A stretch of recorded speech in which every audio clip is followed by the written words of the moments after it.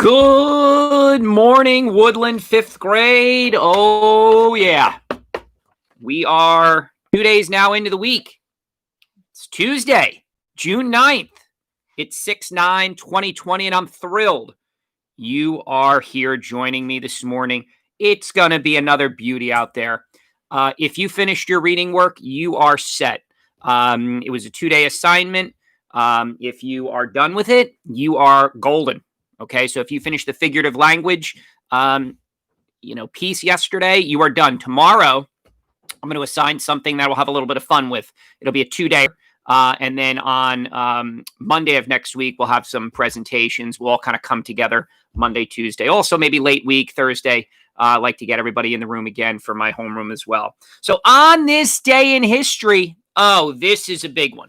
Now, I just updated this because I did not realize this yesterday until this morning when I checked it out. Every morning I wake up early, I check out the on this day in history, which I encourage all of you really to do as the summer rolls along. I think many of you have enjoyed actually learning a little bit of this background knowledge. In 1973, at the Belmont Stakes. Now, typically in a non-coronavirus pandemic, there are 3 horse races every May. They're the Kentucky Derby. Obviously, that's in Kentucky. The Preakness Stakes, which takes place in Maryland. And then in Belmont Park, right outside New York City on Long Island, there's the Belmont Stakes.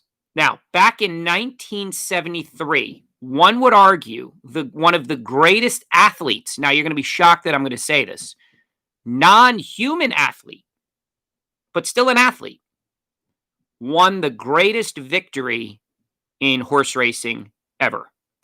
Secretariat won the Belmont Stakes by 31 lengths. Now, this is a 1.5-mile race, ladies and gentlemen. This is the longest of them all.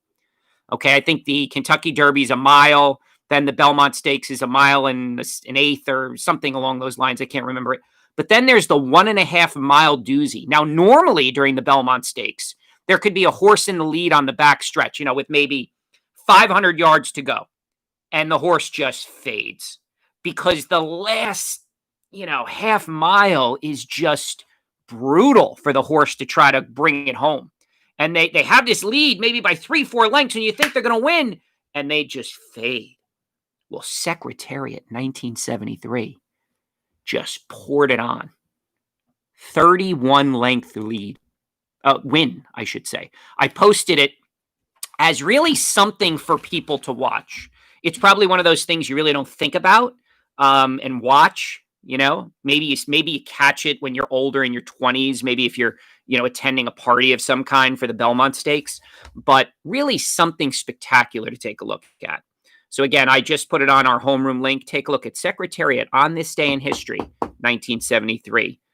Winning the Belmont Stakes by 31 lengths. He did go on to be known as one of the greatest athletes of all time. In 1534, French navigator Jacques Cartier, you might remember that from our unit earlier this year, he discovered the St. Lawrence River. Birthdays today, ahoy matey, Captain Jack Sparrow of Pirates of the Caribbean fame. Yep, Johnny Depp turns 57. That's Mrs. Ronkowitz's flame. If you remember, she always had, maybe in your earlier years, you might have remembered him hanging out in her classroom all the time. So he's 57. I think he's a little old for Mrs. Ronkowitz, but, I digress. Natalie Portman, you know her as Queen Amidala. Yep, she's 39 from Star Wars fame. Olympic gold medalist and Old Bridge, New Jersey native, Lori Hernandez. She turns 20 today. 20. She would have been part of the Olympics again this year had it not been for the pandemic. Maybe next. Oh, big one. 1781, George Stephenson, father of the railways, was born. George Stephenson, 1781. The idea of the locomotive came out of that brain. And one of the most impacting people, I guess you could say, for a spectacular cause, Michael J. Fox. Yes, Michael J. Fox was diagnosed. First of all, Michael J. Fox was one of my childhood actors that, you just remember. He was on a show called Family Ties. Back to the Future, Teen Wolf. And then later on in his life, at about 29 years old, he was diagnosed with something called Parkinson's disease. And at 29, he was diagnosed with, that was 30 years ago. 30 years ago. He's an advocate for it now. He's created a charity, a foundation. He raised millions upon millions of dollars in research, and his quality of life that he continues to live is truly spectacular. So Michael J. Fox, 59 on this day, 30 years later, after being diagnosed with Parkinson's. Ladies and gentlemen, let's go. Let's go. Read with Permission by Scholastic. Something Upstairs by Avi. We left off yesterday in the middle of chapter 6, not middle, kind of first quarter of chapter 6. You'll remember that Caleb starts down the stairs, and they are now back in Caleb's time, according to Kenny's story that he told Avi. So let's take it from there. Let's go. It was dark outside, but Sheldon Street was busy, the air sultry. Soon sweat trickled along Kenny's back and down beneath his arms. His clothes, heavy and coarse, didn't help. When the two boys moved to Benefit and then to Maine, these are streets, obviously, they found more people. Many of them seemed to know one another. There was much stopping and talking. Kenny was fascinated by the way they looked and would have liked to listen to their conversations. But Caleb, a step behind, kept urging him on. The dock area looked very different from when Kenny had seen it before. Under the dark and heavy heat, all was still. Ships on the river rose and fell, creaking and groaning with the swollen tide. Sails hung limply. Workmen sat about with their shirts off, seeking any feather of a breeze. Kenny could see the smoldering embers of their pipes glowing like cats' eyes. Ooh, Avi, liking that line. Kenny could see the smoldering embers of their pipes glowing like cat's eyes. Spectacular simile there. The gulls were still. Sensing tension in the air, Kenny stopped. What's the matter? He asked Caleb. Come on, Caleb said evasively. We must not be late. Across from the wharf stood a number of low buildings from which lights blazed. Grog houses, Caleb explained. We want that one. He was pointing to a tavern whose sign bore a crude picture of a sailing ship in flames. The name of the bar? The Burning Boat. Kenny remembered his reading of Rhode Island history. The Gaspee, he said. Caleb nodded. Outside, men and even a few boys sat about on benches drinking. As Kenny and Caleb drew closer, the men eyed them suspiciously. Kenny stole a quick, anxious glance at Caleb, but Caleb's face revealed nothing of his thoughts. His voice was low. He told Kenny simply, inside. There, the foul air was layered with drifting sheets of stale tobacco smoke. Men sat about their tables, their glistening faces bathed in pools of candlelight as they drank, played cards, or just talked. The babble of voices made it almost impossible to hear. At the door, Kenny and Caleb paused to let their eyes adjust to the dim light. Find a corner, Caleb whispered, out of the way. Kenny crept to a rough bench against the wall, far from the entrance. They sat there.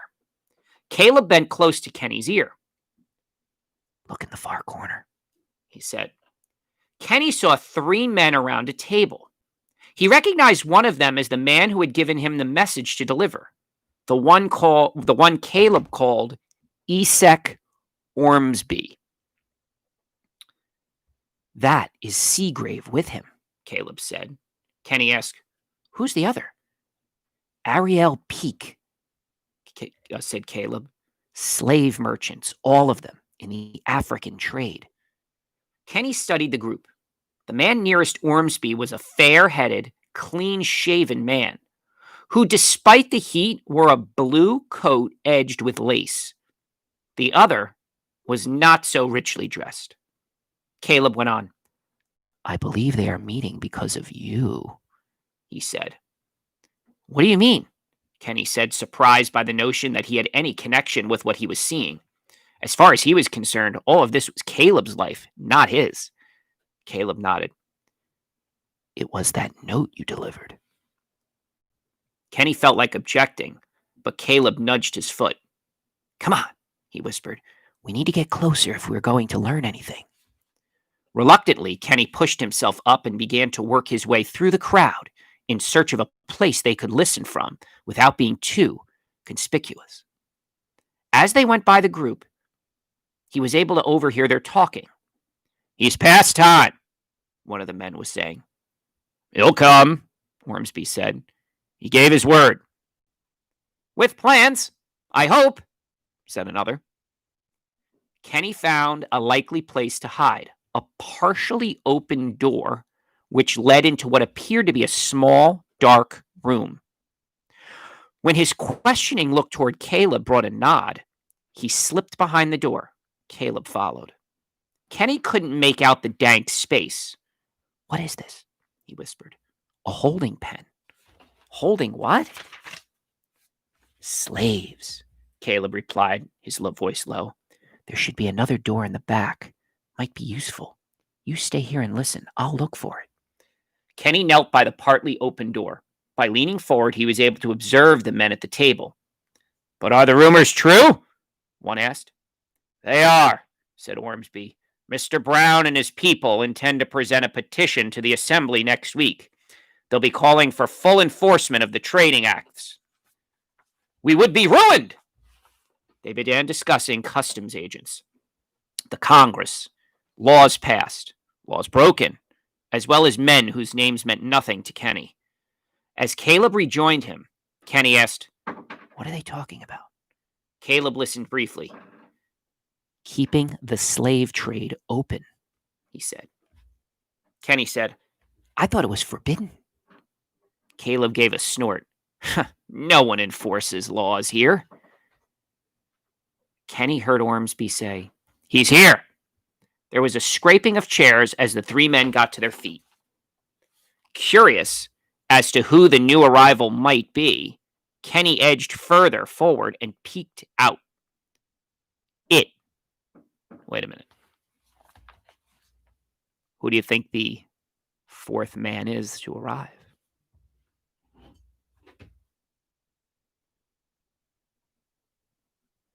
Who do you think it is? You ready for this? Curious as to who the arrival might be, Kenny edged further toward and peeked out. It was Pardon Willinghast.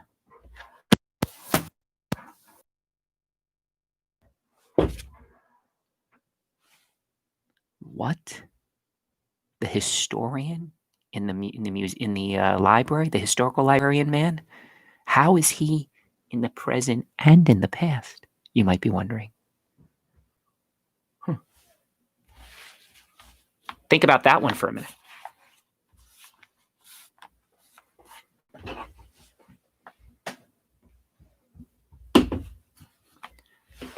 Kenny's heart gave a lurch. Mine would too.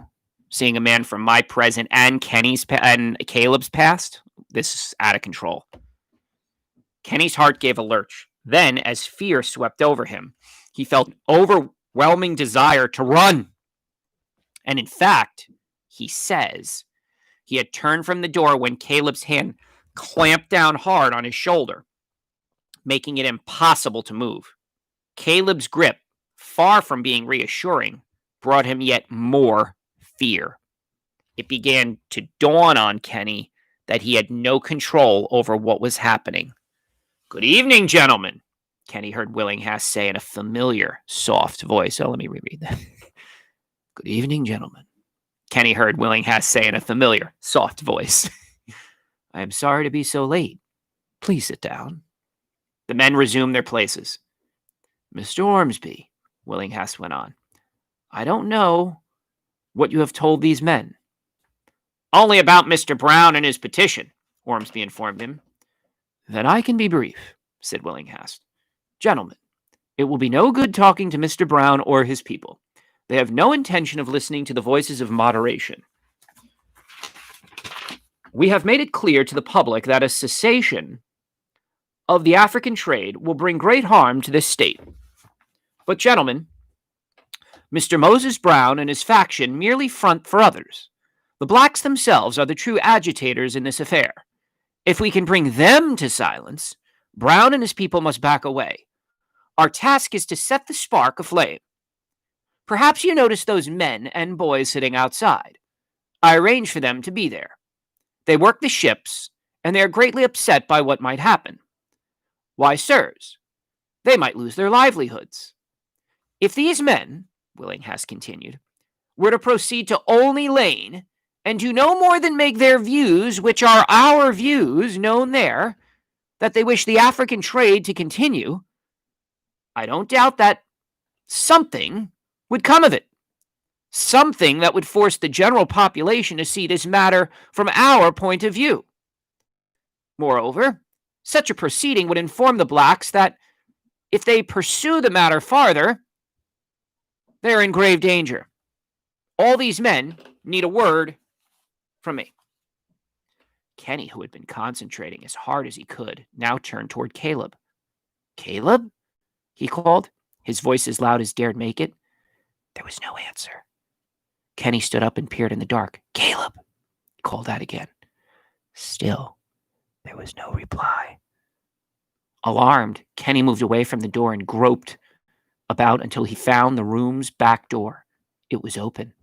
He looked outside. The area was deserted. Not sure which way to turn, thinking he had made some mistake, Kenny retreated back to the holding room and the door behind which he had been listening. From there, he stole a look into the tavern. The original 3 men were working their way through the crowd toward the front door. But Willinghast remained at the table. The man, Willinghast, was looking directly at him. Kenny could only stare back. Willinghast gestured toward one of the empty chairs, offering a seat. At that point, Kenny whirled around and frantically sought the rear door, only to find it closed.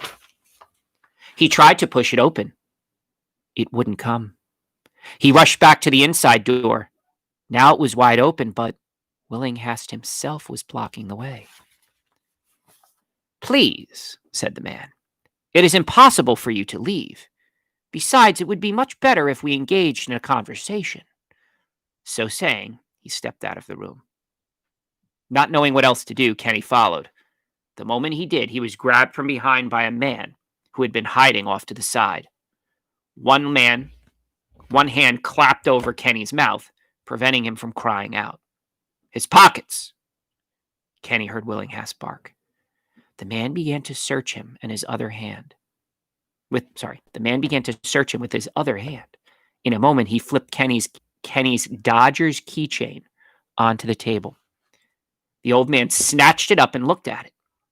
With a satisfied grunt of approval, he turned to the man holding Kenny. Let him go, he ordered. The man stepped back. Do not worry, Willinghast said to Kenny again in a soft voice. I shall not hurt you. Quite the contrary. But for your own safety, you must come along with me. We shall talk. Kenny was barely able to think. He found himself following Willinghast out of the tavern, and it was only then that he noticed the man was limping. I'll give you a moment just to sort of think all of this through. What the heck is going on here?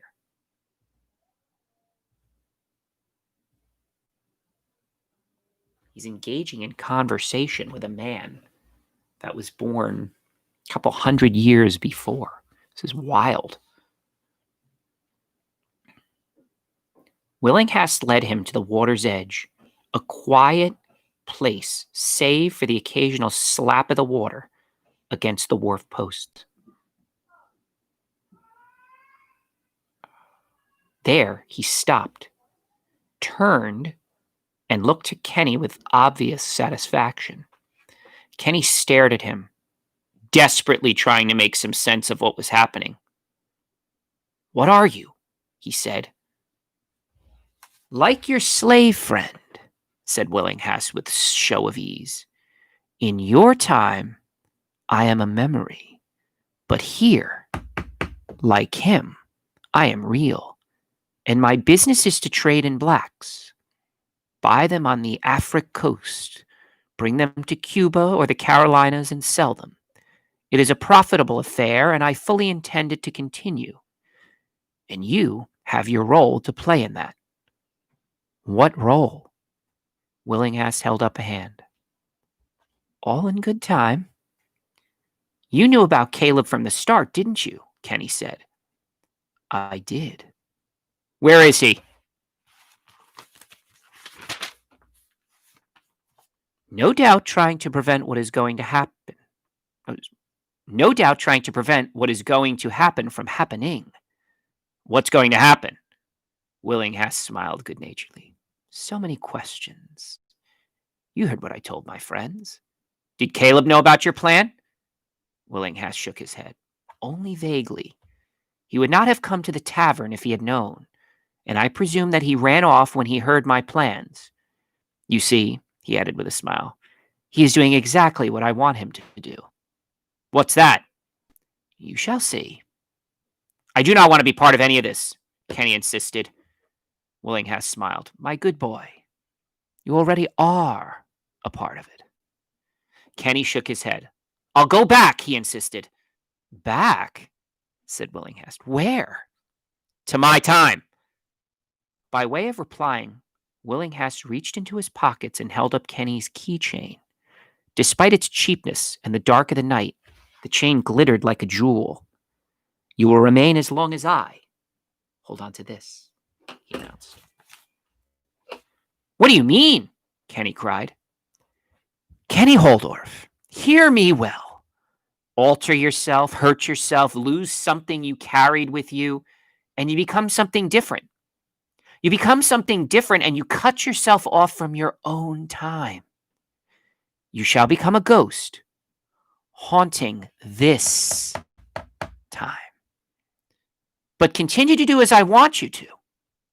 Fulfill my memory, and you shall have your chain back. Then, and only then, will you be able to return to your time." Willinghast carefully placed the keychain back in his pocket. But not until then. Dumbfounded, Kenny could ask only, "What's going to happen?" Willinghast smiled sternly. "In time," he said, "in time." So saying, he brushed past Kenny. "But what do you want me to do?" Kenny shouted after him. Instead of answering, the old man disappeared into the dark. Kenny felt as though a spell had been lifted. At once he bolted away from the hill toward Benefit Street. From there he raced to Sheldon and his own house. Still clinging to hope, he headed for the back door, found it, and pounded up the getting nervous here, up to the attic. What he found, however, was the dreary room that proved he was still in the past. Close to tears, he sat down on the top step, trying to grasp what was happening. At that moment, all he could understand was that he was caught between contending memories, Caleb's and Willinghast's, of August 17th, 1800. Each was trying to make the past what he wanted, with Kenny's help. He knew what Caleb wanted, to change things so as to get free, and he grasped that Willinghast wanted him to help keep them as they had been. Kenny didn't have any doubts about what he wanted. He wanted to help Caleb. But Caleb had abandoned him, was always so suspicious and doubting. Why couldn't they be friends? It wasn't he who had treated Caleb badly. Why did Caleb keep suggesting he had? As for Willinghast, Kenny hated him. He knew that, too. The old man's words, that he, Kenny, might be trapped here, a ghost from the future, had frightened him deeply. But then why hadn't Willinghast told him what he wanted him to do? And Kenny recalled with a start, what did Willinghast mean by saying he was already doing his part? All along, he had believed he'd been helping Caleb. As Kenny remembers it, only then did he consider the idea that he'd already done what Willinghast had wanted him to do, that nothing he'd done had been on his own will. Perhaps he had only set a trap for Caleb. Kenny stood up. He had to find Caleb and tell him what he knew. But no sooner did he decide to do that than he realized he had no idea where Caleb was. In an attempt to calm himself, Kenny tried to go over what had happened in the tavern. All he could guess was that while he had been concentrating on Willinghast's words to the three men, Caleb had overheard something important to him. Kenny tried to reconstruct what was said.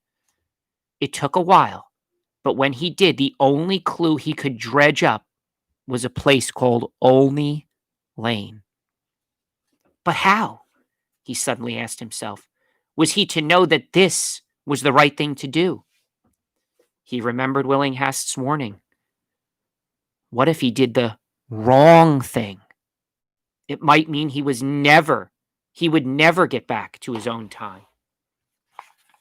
Or perhaps going to Caleb was exactly what Willinghast wanted him to do.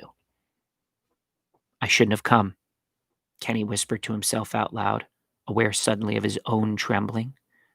I never should have. But he knew he had to try and find Caleb to warn him. He had to. Kenny returned to the street. The first person to come by was an elderly man carrying a lantern. Kenny approached him. Please, sir, he said, can you tell me where Olney Lane is? Startled, the man stopped and lifted his lamp to examine Kenny. What do you want there? He demanded. I'm looking for someone. The man continued to scrutinize his face. Please, Kenny implored. It's urgent. Turning, the man said, that street. He was pointing to Benefit. Go to the left, and then at the end, about a mile, a little beyond, up the hill, that's Olney Lane. But, he concluded in his fearful whisper. I guess I should have been whispering, sorry. But, he concluded in a fearful whisper, you shouldn't be showing your face there. Why? The man looked about as if being afraid of being overheard. Some sailors are said to be going that way. They won't want to see the likes of you unless you plan to mix in. Keep out of it. The old man hurried off. Kenny watched him go. He even considered running after him and pouring out all that was happening to him. The next moment he realized that no one would believe him. No one. He set off in search of Caleb. I'm definitely going to have to read on Friday morning. Here's a quick note. I was going to read a little bit more, but that's a perfect stop. We're at 9:40. Tomorrow morning, I have a meeting with Mr. Heaney, the principal, at 9 a.m., and it usually lasts an hour. I'm on the back to school committee. We look at guidance from the governor and the CDC and, the countries and states that are opening things up. We meet every week at 9 a.m. on Wednesday. Now, normally on Wednesday, you have your field trip. So I will not be live until about-ish 10:05 tomorrow. I'll put it in the chat that I'm going live. So tomorrow, work on reading first, then we'll do the live chat. All right, I'll put a video together tomorrow for my reading lesson. It's going to be, don't worry, relax. Back to artwork. Okay, we're going to do a little bit of artwork. I know you all enjoyed that. Okay, so I've got something with figurative language. We're going to have some fun with it. And I'll see you at about 10:05, 10:10 tomorrow morning. Okay, if someone could please make sure in the morning that you go on Padlet and just make a note on there. I'll update it right now. I'll say that, listen, for anybody chiming in on Wednesday morning, I'll be on at 10:05. So if anybody forgets, it'll be on there. Okay. I hope you all have a great day. Listen, get outside. Okay. It is going to be today. Let's just pull up the quick weather update. Me and the weather. It is going to be in Warren today in the upper 80s around 3 o'clock. Okay, maybe even 90. So today's a scorcher, guys. Scorcher. All right, get outside, play, put on some sunscreen though. Okay, unless you're in the shade. Tomorrow, chance of thunderstorms. Thursday, chance of thunderstorms. So definitely get outside. And then, wow, Friday, Saturday, Sunday. What a beaut that's going to be. Got to get out on the golf course. 87. Maybe we can break it. Cheers, guys. Have a great day. See you tomorrow. Once again, around 10:10. Maybe 10:05. We'll see.